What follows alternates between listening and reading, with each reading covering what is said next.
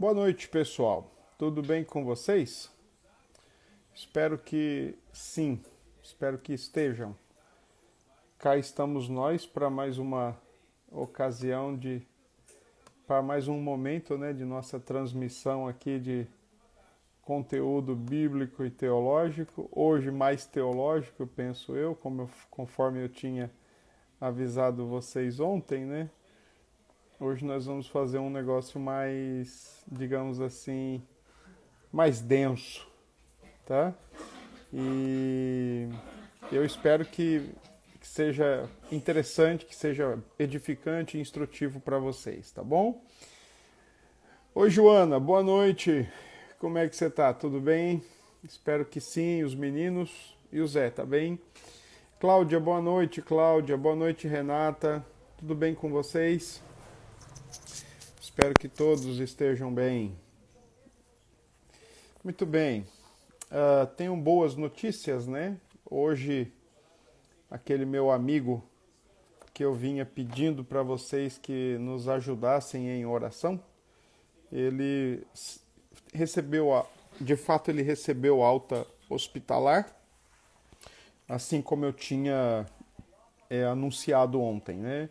Comunicado ontem, que estava para receber alta hospitalar. E que bom, graças a Deus ele foi para casa, já deve estar chegando em casa, né? Ou já chegou pelo horário, porque ele mora numa cidade, ele mora em Araraquara, mas ele na verdade estava internado em uma outra cidade, perto lá, muito pertinho na verdade. Então tinha só esse deslocamento aí. Mas graças a Deus já está em casa, isso é muito bom. Por aqui estamos bem, viu, Joana? Estamos bem, esperando um pouquinho mais no Senhor aí para a gente retomar as nossas atividades, tá? Mas estamos, graças a Deus, estamos bem. Não podemos reclamar, não, tá bom? Que bom, Renata, que bom que vocês estão bem aí, que estão joia. Ótimo, fico feliz por isso. Eulália Costa, boa noite. Boa noite, Taíde. Como é que você tá, hein, menina? Tudo em paz? Que joia. Espero que estejam todos bem. Bom, ontem a gente deu aí uma... Olá, André. Tudo bem, André? Boa noite. Como é que você tá, meu irmão? Ontem a gente deu aqui um pouquinho, né? Abrimos um pequeno parênteses ontem, antes de, propriamente dito, entrar nesse texto de Filipenses 2, de 5 a 11. E texto esse que eu particularmente, lógico, tem muita gente também que entende assim, que era um cântico cristológico cantado pela igreja primitiva, pela igreja do primeiro século. E que, por razões óbvias, querendo mostrar para a igreja de Filipos como é possível, seguindo o exemplo de Cristo, baseando no parâmetro de Cristo, a igreja viver em unidade, especialmente com relação ao que ele disse no texto de capítulo 2, verso 1 a 4, onde não se deve ter partidarismo, vanglória, e pelo contrário, deve ter humildade e altruísmo, mas também com o que ele tem a tratar a partir do verso 12, que também tem ali questões relacionadas bastante ao coração humano. Então, nesse caso, Paulo insere esse cântico para mostrar para os filipenses, talvez, que aquilo que eles cantavam tinha alta relevância prática. E isso é sempre bom quando a gente também faz isso. Quando a gente canta aquilo que ensina, quando a gente canta aquilo que é louvor a Deus, mas também quando a gente canta aquilo que é edificante. Então, o apóstolo Paulo, quando ele faz isso, ele está fazendo que a igreja pense no cântico que eles cantam e que agora deveriam viver em prática, porque o ensino do cântico é altamente cristológico. Então, antes de eu entrar nesse texto propriamente dito, que vai ser amanhã, ontem eu preferi falar um pouquinho sobre as perspectivas da cruz, por causa do verso 8, quando Paulo diz que Cristo foi obediente e obediente até a morte, e morte de cruz. Para nós, então, se a cruz é o lugar onde Deus trata com o nosso pecado, que era uma dívida impagável e ele nos perdoa, para Cristo a cruz foi o momento mais alto da sua obediência e da sua dedicação, do seu empenho em agradar a Deus, em servir a Deus. E aí, para todos aqueles que querem ser como Cristo, lembre-se que isso faz parte da nossa vida cristã, né? Servir ao próximo, servir a Deus, tá? Hoje, como eu tinha anunciado ontem, hoje eu vou tratar de um assunto aqui que ele é um pouco mais teológico. E eu acho que é importante tratar desse assunto, especialmente por causa desse texto também de Filipenses 2, tá? E o texto que nós vamos fazer a leitura hoje, lembrando que eu não vou fazer uma exposição detalhada do texto. Eu vou me aproveitar de uma palavra que aparece no texto e que em tempos recentes, aliás, desde a Reforma e agora em tempos recentes, quando eu falo tempos recentes, eu estou falando do final do século XIX e início do século XX, surgiu uma compreensão em torno da encarnação de Cristo chamada teologia da kenosis. E é sobre isso que eu quero falar hoje para vocês. Vou dar uma aula para vocês como se eu estivesse no seminário. E, claro, vou facilitar aqui, vou tentar expor o assunto com bastante calma, com tranquilidade, com clareza e que Deus nos ajude a entender o assunto. É importante entender esse assunto. Talvez você nunca tenha se deparado com esse termo, teologia da kenosis. Mas talvez você já tenha se deparado com a seguinte ideia ou com a seguinte expressão. Ah, Cristo quando veio à Terra, ele veio só como homem. Ele deixou a sua divindade para trás, ele deixou a sua divindade de lado, ele veio só como homem. Se você se deparou com esse tipo de afirmação, se você se deparou com esse tipo de assunto, então certamente você já teve contato com a teologia da kenosis, ainda que não com o seu nome, mas com o seu conteúdo, porque é exatamente isso que a teologia da kenosis faz. Ela vai na linha de pensamento e de reflexão de que Cristo teria deixado a sua divindade de lado. E é sobre isso que nós vamos falar hoje, e é importante a gente aprender sobre esse assunto, tá bom? Então, vamos orar e nós vamos ler o texto de Filipenses 2, do verso 6 e o verso 7, tá bom? Então oremos. E vamos agradecer a Deus pelo meu amigo que voltou para casa. Graças a Deus. Obrigado, Deus. Muito obrigado, Senhor, por esta noite, pela oportunidade que o Senhor nos dá de estarmos juntos, reunidos mais uma vez, ainda que não no mesmo local, mas certamente unidos e vinculados pelo mesmo Espírito e debruçados sobre a mesma palavra, com o intuito de ouvir o mesmo Senhor. Então, que nesta noite a tua boa mão nos ajude, nos agracie e que o Senhor nos permita compreender o que nós vamos, a partir de agora, estudar. Sê com cada um de nós, que o teu Espírito traga luz, traga entendimento, traga graça ao nosso coração. Obrigado pela recuperação do Esdras, por todo o tempo de tratamento, de internação, consciente ou inconsciente, que o Senhor esteve com ele. Muito obrigado, Pai. E obrigado porque ele está voltando para casa. A ti seja, Senhor, portanto, todo o louvor, toda a glória e toda a gratidão. Nós agradecemos em nome de Jesus. E agora, Senhor, mais uma vez pedimos, perdoe os nossos pecados. Essa é a nossa oração e oramos agradecidos em nome de Jesus. Amém. Muito bem, meus queridinhos, vamos nós então, né? O texto de Filipenses 2, versos 6 e 7, diz o seguinte: pois ele, subsistindo em forma de Deus. Amanhã eu vou entrar nesse assunto aqui, tá bom? O que é que significa forma de Deus? O que é que Paulo quer dizer com Deus, com Cristo tendo a forma de Deus? Será que ele tinha a silhueta, né? Aquela formato, tá? Então, amanhã eu vou tratar sobre isso. Hoje eu não vou entrar nesse assunto. Hoje eu vou entrar somente nessa expressão aqui, ó. Pois ele, subsistindo em forma de Deus, não julgou como usurpação o ser igual a Deus.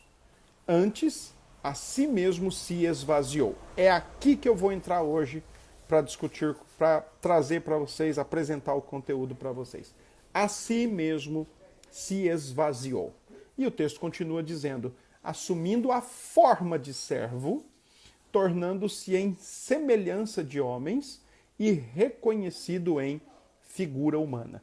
Sobre essas terminologias, tende em vós o mesmo sentimento, forma de Deus, forma de servo, isso aqui eu vou trabalhar amanhã, que aí eu vou entrar no texto de cabeça, nós vamos entrar junto no texto de cabeça, amanhã nós vamos mergulhar no texto e vamos pegar, escavacar termo por termo e entender o que é que Paulo está falando e mais, entender o que a igreja cantava lá no passado. Eu espero que amanhã eu e você saiamos ao final da live humilhados pela maneira como nós cantamos hoje, por causa de algumas músicas, de alguns cânticos que fazem parte da vida da igreja. Essa é a minha confiança, essa é a minha esperança para amanhã, tá bom? Mas hoje, como já dito, nós vamos falar sobre a si mesmo se esvaziou, tá? No verso 7, especialmente. Bom, vamos lá. Desde o século V depois de Cristo, até a Reforma Protestante dos séculos 16 e 17, o pensamento teológico em torno da pessoa de Jesus Cristo e especialmente a encarnação, o Deus que se faz homem, até a Reforma, até o século 17, a mentalidade ela era delineada pela definição de Calcedônia. O que é isso? Você já ouviu falar em Calcedônia?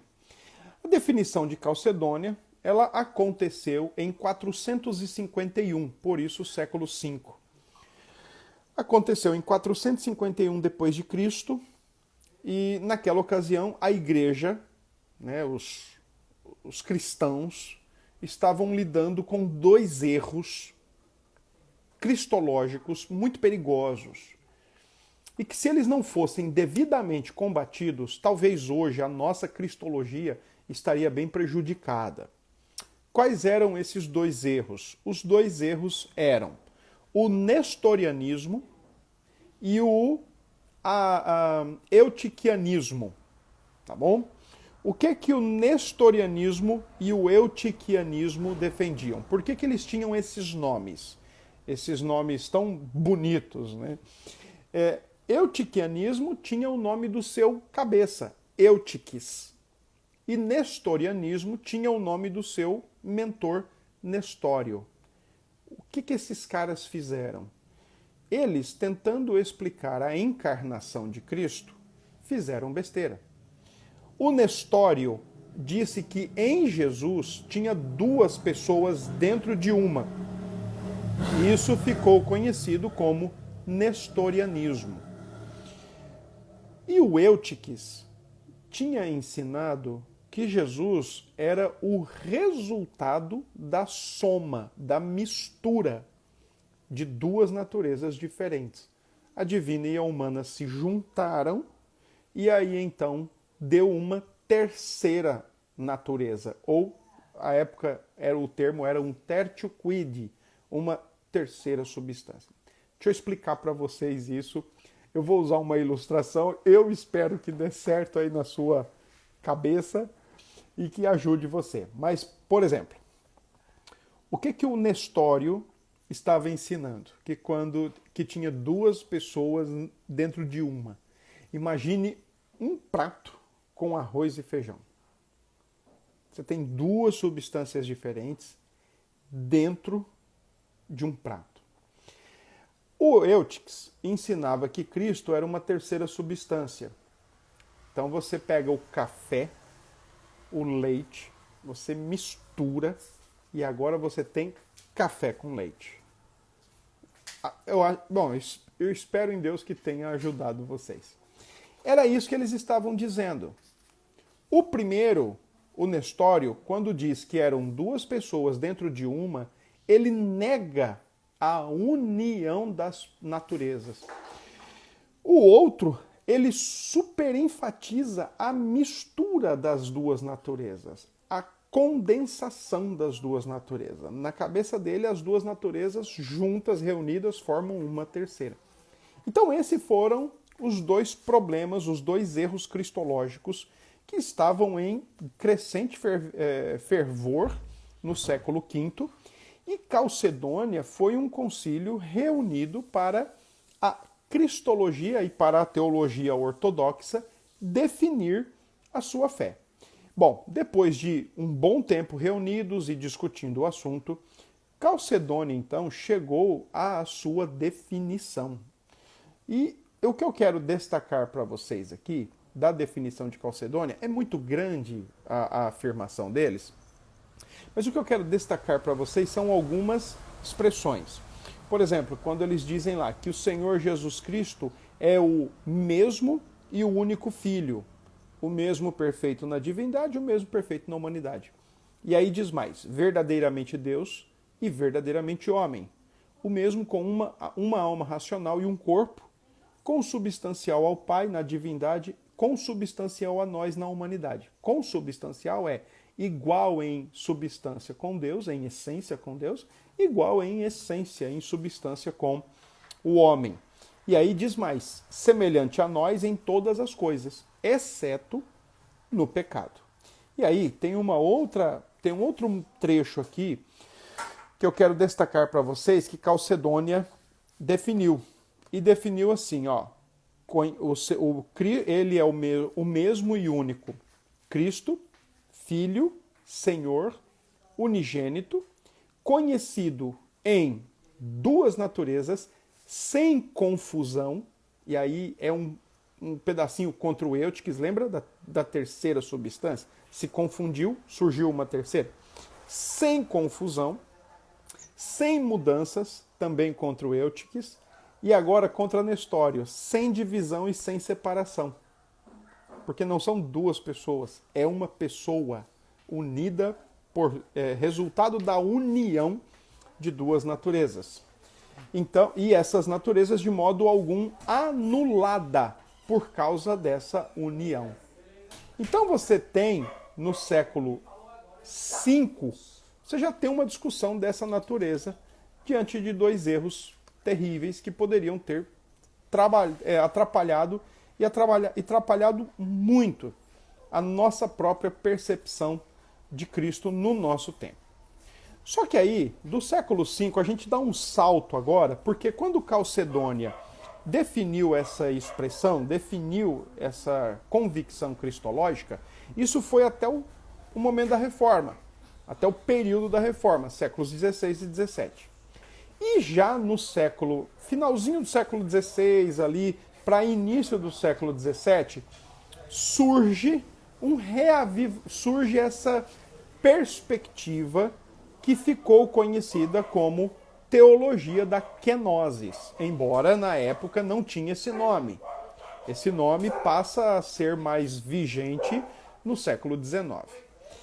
Na época da Reforma, o debate se deu entre luteranos e calvinistas. Por quê?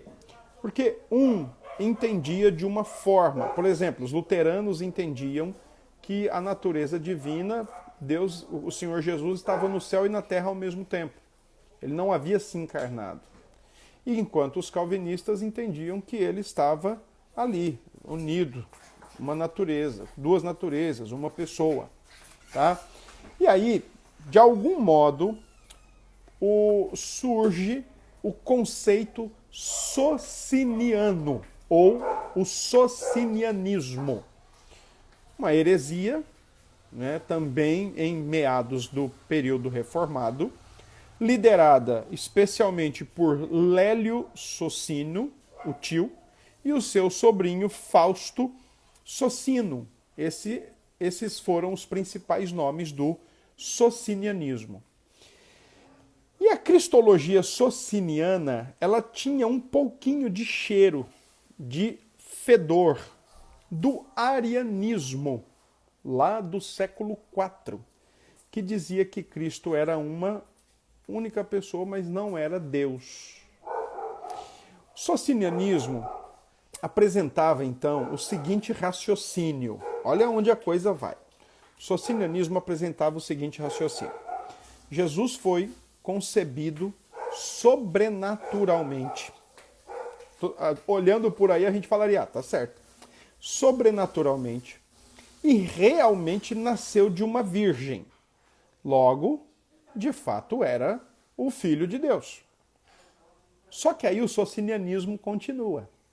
E ele diz assim, porém, sua natureza era simples e unicamente humana.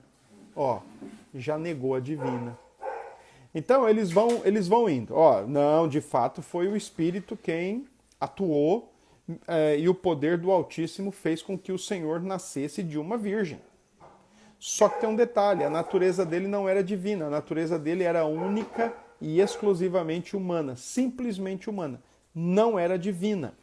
Ele era apenas um homem que concedeu, ele era apenas um homem a quem Deus concedeu extraordinárias revelações, que após a morte foi exaltado ao céu e de lá governa a igreja. Olha o boi de fogo aqui. Foi concebido sobrenaturalmente? Sim. Nasceu da virgem? Sim. Só que tem um detalhe.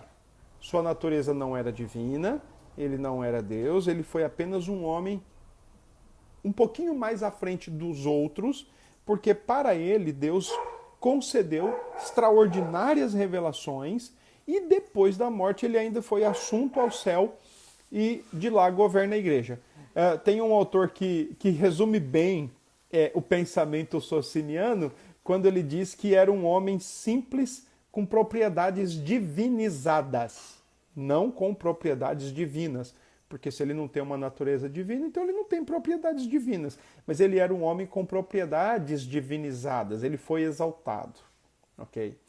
Então nesse ponto aí, o socinianismo, ele tinha duas alas, ele tinha o primitivo, aquele que surgiu ainda lá no período da Reforma, e o socinianismo posterior.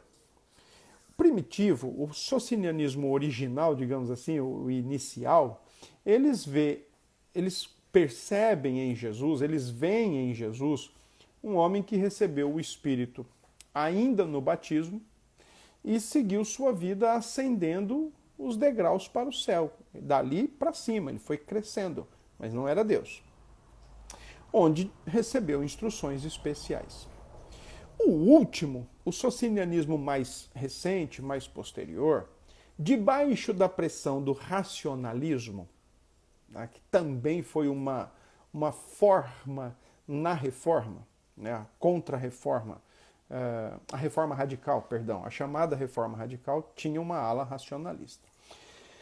E posteriormente, por causa desse racionalismo, já então agora eu estou me referindo mais para cá, século para cá, né, da reforma, 18, final do 18, início do 19, não, meados do 19. Então, por causa dessa pressão racionalista e das suas formas liberais, esse socinianismo moderno passa a considerar Jesus não mais como apenas um homem de caráter e poder excepcionais, mas eles começam a dizer que quando Jesus se torna ser humano, quando ele se encarna, ele é absolutamente nada divino. Ou seja, ele não tem absolutamente nada de Deus. Ele não é Deus, ele não é divino, ele não é o Filho eterno encarnado, ele não é o Logos eterno encarnado. Tá? Então vamos lá. Agora, chegando no tempo que nós queremos, século XIX, a segunda metade do século XIX e início do século XX, então aí eu estou colocando um período de 110 anos, 90 anos, 1860, 1950, É nesse período aí que a teologia quenótica, ou a teologia da quenosis, ela ganha proponentes, mais defensores, mas também ganha aceitação, pois até o período do Iluminismo, a clássica cristologia era o caminho para se pensar na identidade de Cristo. Ou seja, até o século XVIII, aquilo que tinha sido feito no século V por Calcedônia era a forma de pensar a cristologia. Verdadeiro Deus de verdadeiro Deus, verdadeiro homem de verdadeiro homem, consubstancial ao Pai, consubstancial a nós, exceto sem pecado, sem divisão, sem confusão, sem mistura, mas unido. Okay? Quando chega o Iluminismo, por quê? Por que até o Iluminismo isso foi comum e depois começou a sofrer alguns abalos? É simples, porque historicamente falando, o Iluminismo propôs uma quebra de paradigma para a humanidade e, sobretudo, na forma de pensar da época. Afinal, a época que eles chegam e de lá para cá vem, acontece a exaltação da razão, a exaltação da ciência. Então, o Iluminismo levantou essas duas ferramentas e disse assim: se a minha razão não entender, não serve para mim. Porque o mundo chegou agora na maioridade e a gente precisa abandonar as nossas crenças infantis. No caso, Jesus, o Filho de Deus que se encarna, o Deus homem na Terra. Além disso, se a razão não entendesse, além disso também tinha a própria ciência. Se a ciência não comprovar satisfatoriamente, precisamente, também não serve para nós. Em outras palavras, o Iluminismo estabelece agora que a razão e a ciência são os grandes aferidores da verdade, os grandes verificadores da verdade, e que se não passassem nos crivos de ambos, não serve para a gente. Para somar um pouquinho aí, final do século XIX, 1880, 1890, 1870 também, começa-se a pensar na parte da psicologia com mais abrangência, né, e mais dedicação. E isso também representou um problema, porque começaram a olhar para Cristo e dizer assim: peraí, mas se ele é Deus e é homem, quantas consciências ele tem? Quantos centros de existência ele tem? E aí, para não voltar a um nestorianismo, duas pessoas dentro de uma, lá do V século, e os próprios teólogos da quenose se viram aí num mato sem cachorro. Eles se viram numa dúbia estrada dupla. Tá? E aí é nesse período, de 1860 a 1950, que teólogos alemães e ingleses, insatisfeitos com aquela formulação lá da cristologia de Calcedônia, porque ela era muito confusa à mente humana. E a ciência nem ia ter como verificar e provar a encarnação do Deus homem. Então eles eram extremamente insatisfeitos com essa definição de Calcedônia e buscaram reformular a cristologia, especialmente a encarnação, para explicar ao homem moderno de uma forma mais fácil, de uma forma mais inteligível, de uma forma mais acessível. E foi aí que você já imagina onde isso vai dar. Foi aí que criaram, com base num texto bíblico, aliás, com uma suposta base no texto bíblico, porque se tem uma coisa que Paulo não está ensinando, é o que esses teólogos estavam ensinando, com a justificativa de tornar a fé mais acessível à mente humana moderna. Eu gosto muito de lembrar, nesse ponto, daquilo que o C.S. Lewis ele tinha o hábito de dizer. Ele dizia assim, que se toda religião ela tem explicação para tudo, ela tem uma explicação racional e plausível para tudo, significa dizer que essa religião começou no homem. Mas se a religião ela tem, mas se o cristianismo ele não consegue esgotar o assunto e tem coisas que são grandes demais para nossa mente, significa que ela começou em Deus e muita coisa nos foi preservada da nossa própria compreensão. Então eu acompanho muito esse raciocínio e a natureza do Redentor, né, a encarnação do Deus homem, tem muito disso. Tem muito no ser ainda talvez revelado, demonstrado, mas isso só prova que começou no alto, não começou com a gente. Se tivesse começado com a gente, teria explicação para tudo, tá bom? Tem um autor chamado Stephen Wellum que ele diz que o interesse dos teólogos alemães e ingleses com a formatação da teologia da kenosis era construir um caminho do meio, um caminho mais fácil. O principal objetivo era tornar um pouco mais inteligível como é que, presta atenção, tornar mais inteligível como o Filho pré-existente pode existir numa condição de plena humanidade, enquanto isso, mantendo ambas as naturezas, divina e humana, unidas em uma pessoa. Essa era a intenção deles. A ideia era entender a plenitude da humanidade no contexto da encarnação. O Wayne Grudem é um teólogo batista norte-americano e ele também tem uma observação muito legal. Ele diz que para a mentalidade da época, que surgiu essa explicação herética aqui, ele diz que havia um crescente desconforto que sentiam diante das formulações da doutrina de Cristo na ortodoxia histórica clássica.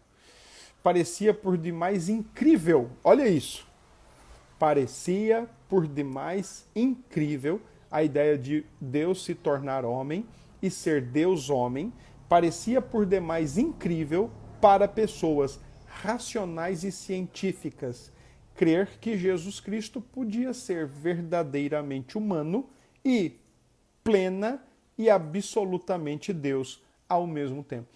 É por isso que eu disse para vocês que o iluminismo propôs essas duas ferramentas, razão e ciência, e o que não passasse por essas duas ferramentas, então não servia para nós, não servia mais para o ser humano moderno, porque o ser humano moderno está na maioridade e ele tem que abandonar aquelas fábulas, aqueles contos lá do passado. Tanto é que, por exemplo, o trato dispensado para as escrituras sagradas depois do iluminismo foi esquartejador. Acabaram com a Bíblia. Textos como, por exemplo, milagres passaram a ser vistos como mitos, não serve para nós, não dá para explicar, então não serve. Textos como os textos dos evangelhos que falam de possessões demoníacas passaram a ser encarados como ataques de epilepsia, porque para eles havia a necessidade de uma releitura ou, na verdade, de uma interpretação dos mitos. E aí é o seguinte, você acaba com a escritura, você acaba com todo o resto. Então, para eles era incrível demais, era fascinante demais, era mirabolante um Deus que se torna homem e é plenamente homem, plenamente Deus. Junto com esse primeiro objetivo de tornar claro, de tornar acessível o Deus que se torna homem e ainda mantém essas duas naturezas perfeitas, eles tinham outros dois objetivos. Primeiro, buscar explicar a união das naturezas sem fazer de Cristo uma aberração. Porque na cabeça deles, uma cabeça imbuída de racionalismo e cientificismo, aquilo era uma aberração. É como se fosse, sabe o quê? Gêmeos siameses. Mais ou menos, tá bom? Para você entender. É como se fosse gêmeos siameses, nascidos juntos ali, agarrados, com duas cabeças, duas pessoas.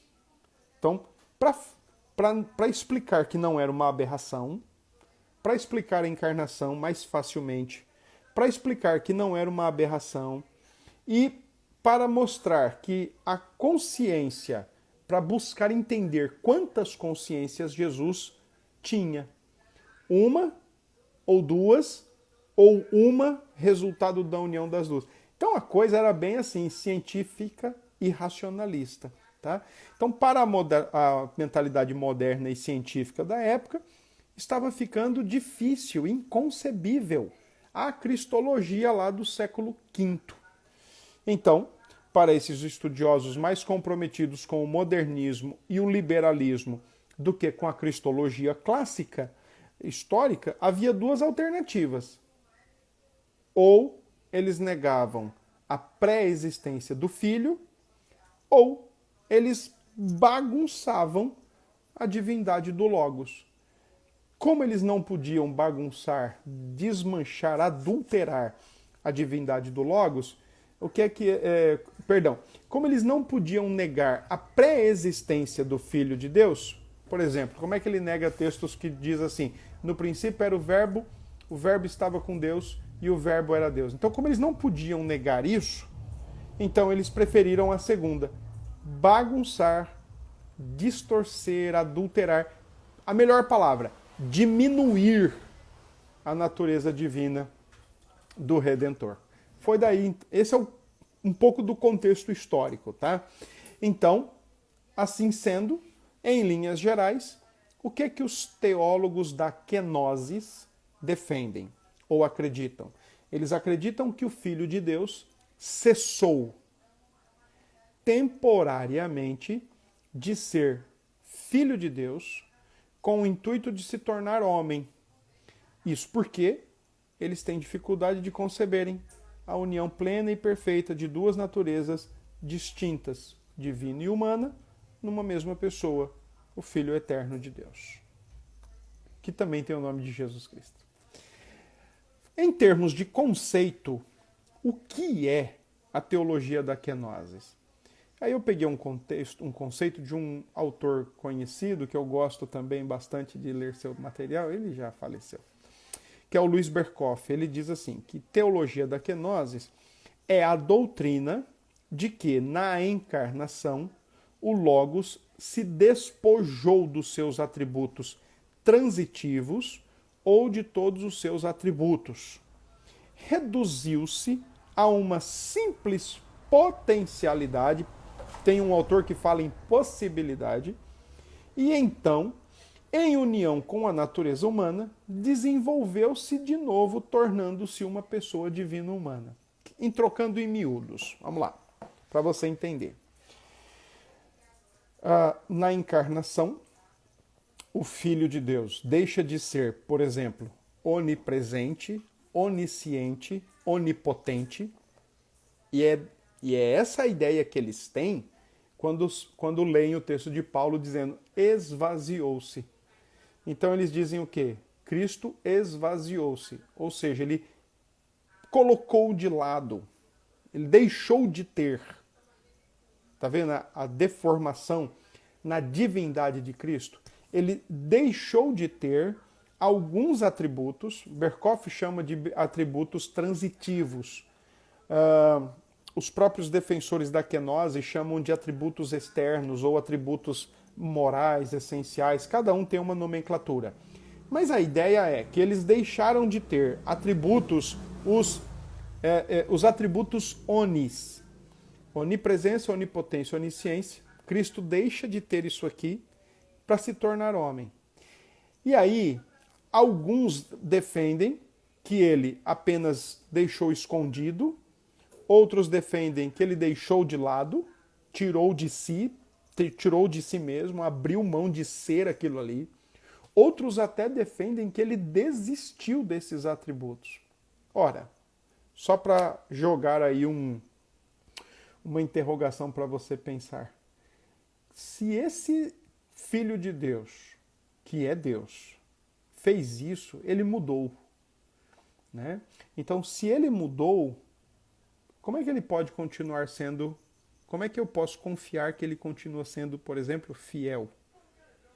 Como é que eu posso continuar acreditando que ele me ama eternamente, como diz o Evangelho de João? Porque se ele mudou numa estrutura básica e essencial do seu ser, então ele poderia ter mudado em outras coisas também. Percebem, então, aonde o raciocínio puro e nu, racional e científico leva o cara a ver Jesus Cristo?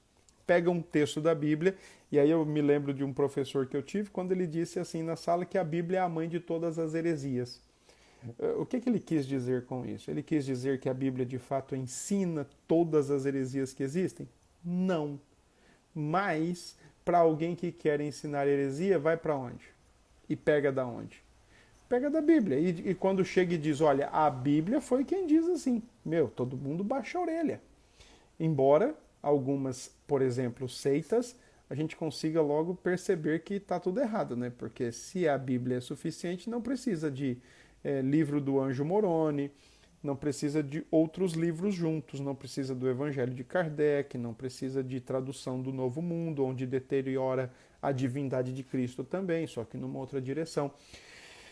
Então, o que nós diz é isso, é uma crença, né, uma afirmação, uma convicção de que o Senhor Jesus, o Filho de Deus, abriu mão, deixou alguns atributos, deixou de ser aquilo que ele é na sua essência, de atributos que ele poderia ter deixado, e se tornou homem, e com o seu avanço, né, com o seu progresso em humanidade, ou ele foi recuperando, ou ele, no final, demonstra o que estava escondido. Isso porque são diversas posições, tá bom? Então é isso, gente. A teologia da kenosis foi isso aí e gerou e gera até hoje problema, porque, por exemplo, tem autores, tem pastores neopentecostais que pregam isso nas suas igrejas. O mais conhecido, o mais famoso, na verdade, foi o Kenneth Copeland, década de 40, 50 depois de Cristo, né? Século passado. Ele era um neopentecostal norte-americano da terceira onda, né? Daqueles movimentos do Kenneth Hagin, lá do Bom Dia Espírito Santo, Bem-vindo Espírito Santo, né? Ele foi mentor do Kenneth Hagin, na verdade. Ele era um quenótico, ele pregava isso. Olha, Jesus Cristo, quando veio ao mundo, veio como homem, apenas veio pobre. E essa linguagem de veio pobre, como a gente vai ver no texto de Coríntios, essa linguagem de que ele veio pobre significa que ele veio humano para nos fazer rico. E essa linguagem, na mentalidade do Copeland, nos fazer rico é nos fazer divinos. Olha o que esse cara está propondo. Ele está propondo uma modificação nas essências, tanto de Deus quanto do ser humano.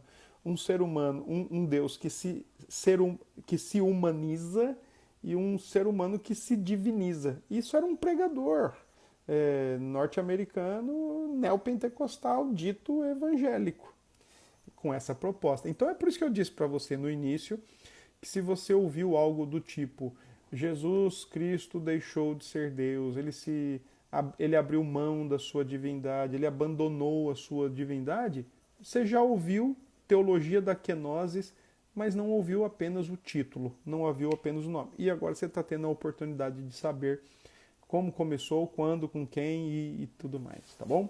Bom, eu vou dar um pulo aqui, porque, na verdade,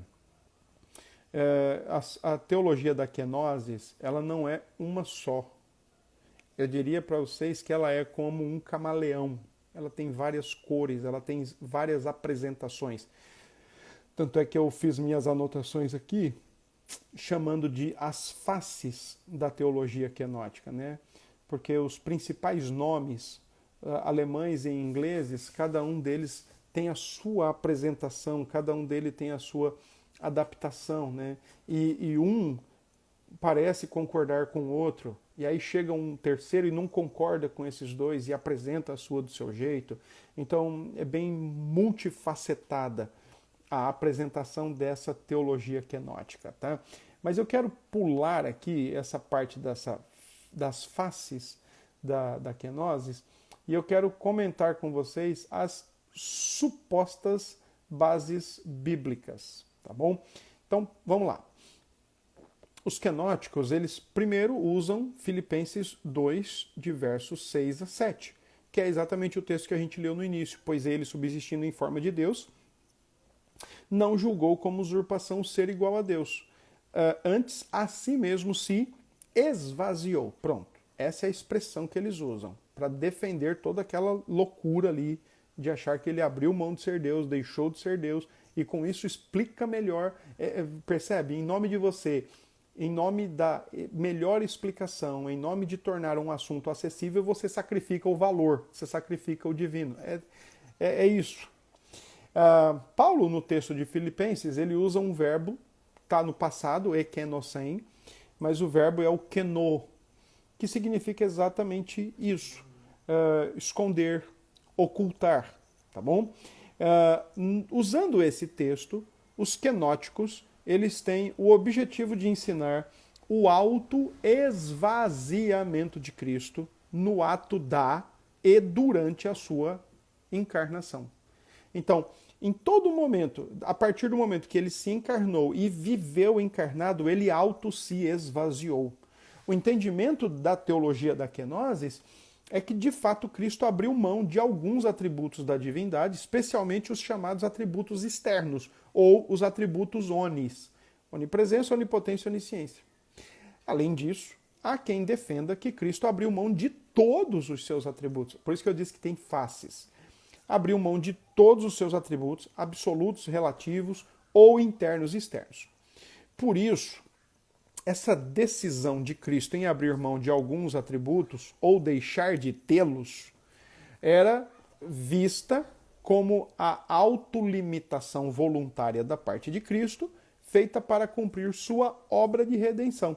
Ele quis deixar de ser Deus para ser o Salvador dos homens. Agora tem um detalhe. Partindo do princípio que isso seja verdade, o que não é. Se ele deixa de ser Deus para ser Salvador dos homens, ou seja, meramente homem, com uma consciência divina eterna, que é o que alguns deles propõem, entenda, como é que ele pode ser o Salvador dos homens? Porque uma vez que o pecado é eterno, o sacrifício precisaria ser também de valor eterno, e um homem apenas não pode oferecer sacrifício de valor eterno, ainda que ele tenha apenas a consciência eterna. Então não é Deus resolvendo o problema do homem na cruz diante de Deus. É apenas um homem com consciência eterna. Não pode ser o Salvador. Um autor chamado Francis Turretini, ele diz que em Cristo nós temos a vítima, mas ao mesmo tempo nós temos o valor do sacrifício eterno. Ele é morto na cruz, ele é castigado na cruz, mas ele também é o pagamento pelo preço, pela dívida eterna do pecado. Isso no gnosticismo não existe, tá bom? Outro texto bíblico que eles usam é 2 Coríntios, capítulo 8, verso 9, quando lá diz o seguinte: pois conheceis a graça de nosso Senhor Jesus Cristo, que sendo rico, se fez pobre, por amor de vós, para que, pela sua pobreza, vos tornasseis ricos. No pensamento quenótico, a riqueza é alusiva à divindade. Cristo deixou a riqueza, ou seja, deixou a divindade, para se tornar pobre. E a pobreza é humanidade. Então, nessa perspectiva, é aquilo que eu já meio que comentei, na kenosis, Cristo deixa a riqueza, divindade, para se tornar pobre, humanidade. E faz com os crentes exatamente o contrário. Faz com os crentes que eles, de pobres, humanos, se tornem divinos. Esse era um versículo muito usado também pela kenosis para explicar ou para tentar explicar a encarnação e a consequência dessa encarnação para o crente. Pobreza é humanidade, riqueza é divindade. É óbvio que Paulo não está falando sobre isso. Mas é óbvio, gente, é muito claro. Por fim, a gente tem mais um texto que também é utilizado pelos advogados da teologia da kenosis, que é João 17, verso 5. quando diz lá no texto bíblico: glorifica-me, ó Pai, contigo mesmo, com a glória que eu tive junto de ti, antes que houvesse mundo. Para alguns quenóticos, a ideia é que até a encarnação o Senhor Jesus é glorioso, mas na encarnação ele deixa de sê-lo. Agora ele não é mais glorioso. E nessa oração ele roga ao Pai que a sua glória então possa ser restaurada para ele. Aquilo que ele deixou de ter e deixou de ser, agora ele quer de novo. Mas não é isso que o texto está ensinando. O texto, a oração do Senhor, não deve ser visto com relação a algo que foi perdido ou abandonado, mas que aquela glória anterior seja novamente mostrada, só que agora em sua composição de homem e Deus, Deus e homem, o ser humano, o Deus humano, o divino, a pessoa do Redentor. Agora ele quer que todos vejam a glória dele nesta condição de encarnação. É isso que ele está pedindo. Ele não está falando assim: ó Pai, lembra aquela glória que eu desisti? Que eu falei que eu não queria mais só para salvar esse povo? Pois é, agora eu quero, eu me arrependi, agora eu quero. Não é isso que ele está dizendo. Não é essa a conotação da oração. Por causa da natureza divina, a natureza humana que Jesus assumiu sobre si, ela agora vai permanecer com ele para sempre. Tanto é que Paulo fala para Timóteo: há um mediador entre Deus e os homens, Cristo Jesus, homem, ele continua também homem. E ele está pedindo nessa oração o seguinte: que agora, apesar da sua natureza humana, que possa ser como uma neblina, para que não vejam a sua glória. Cristo era tão humano que eu acredito que, além do coração caído do ser humano, isso também foi um empecilho para outros entenderem a sua divindade. Você lembra, por exemplo, que Natanael fala: pô, mas pode vir alguma coisa boa de Nazaré? Outros diziam assim: pô, mas esse aí não é o filho de José, o filho do carpinteiro? Não é Maria, sua mãe, seus irmãos e tal, e tal, e tal? Então, ele era tão humano que essa humanidade parece que servia como uma neblina. E pela fé, alguns conseguiram ver além da humanidade de Jesus.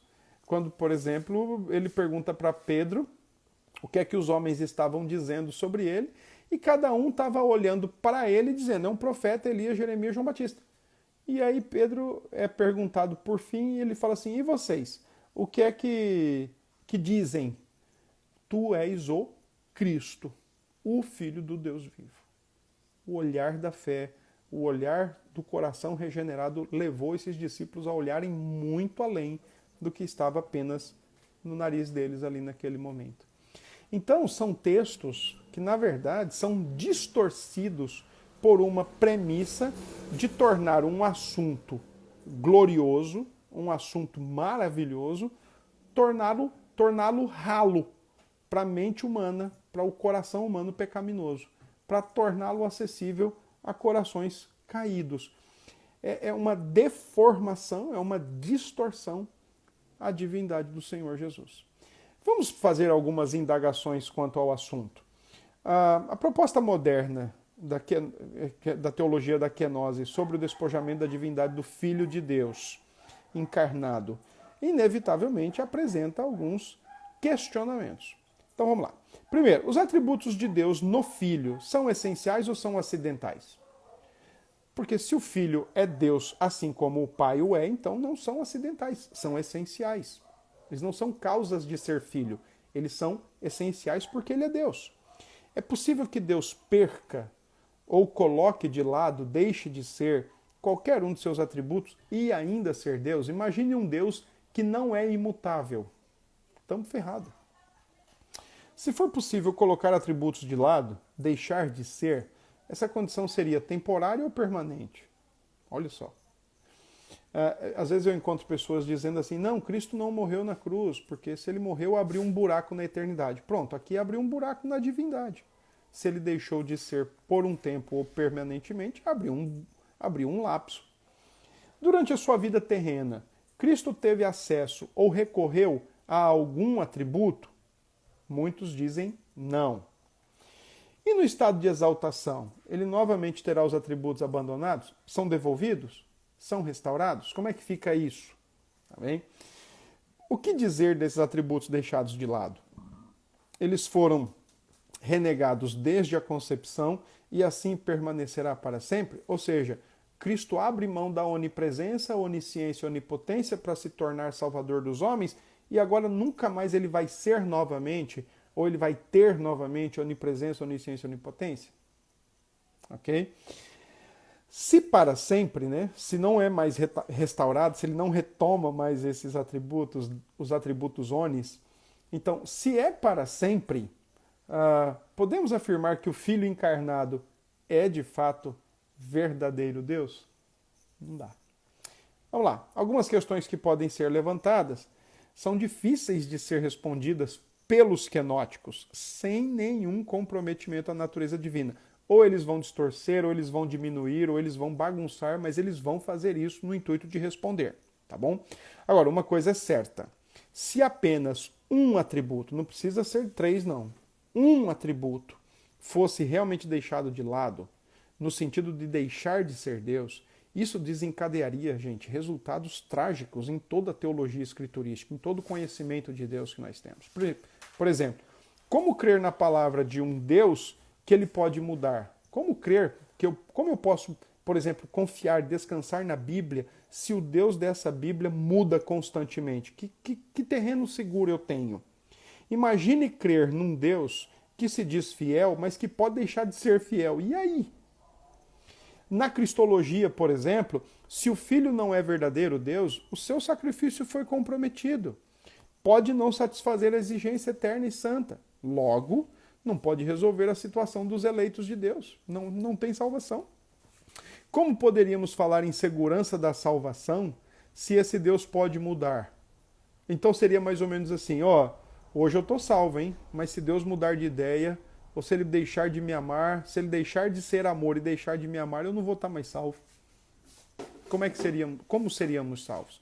Por exemplo, no quesito culto e adoração, a igreja adora o Deus vivo verdadeiro ou apenas parte dele? Apenas atributos dele.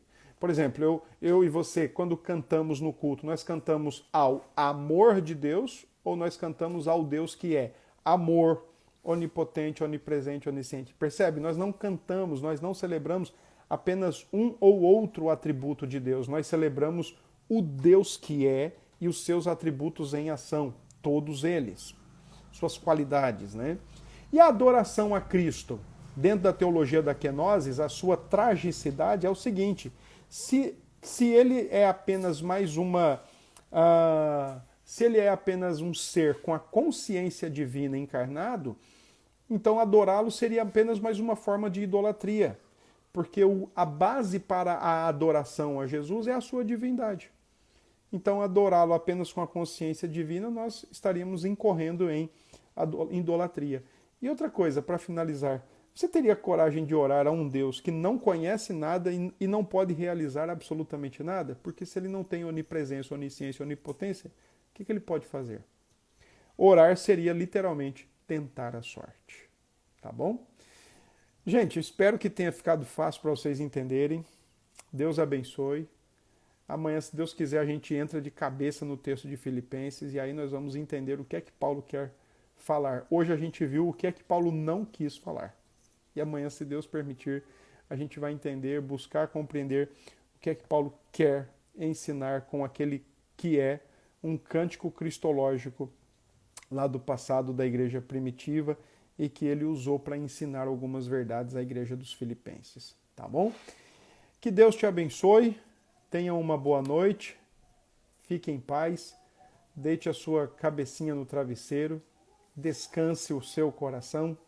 Deus tem cuidado de nós e Ele vai continuar cuidando, tá bom? Então amanhã até às 19h30, se o Senhor nos permitir. Grande abraço para vocês e fiquem com Deus. Até amanhã.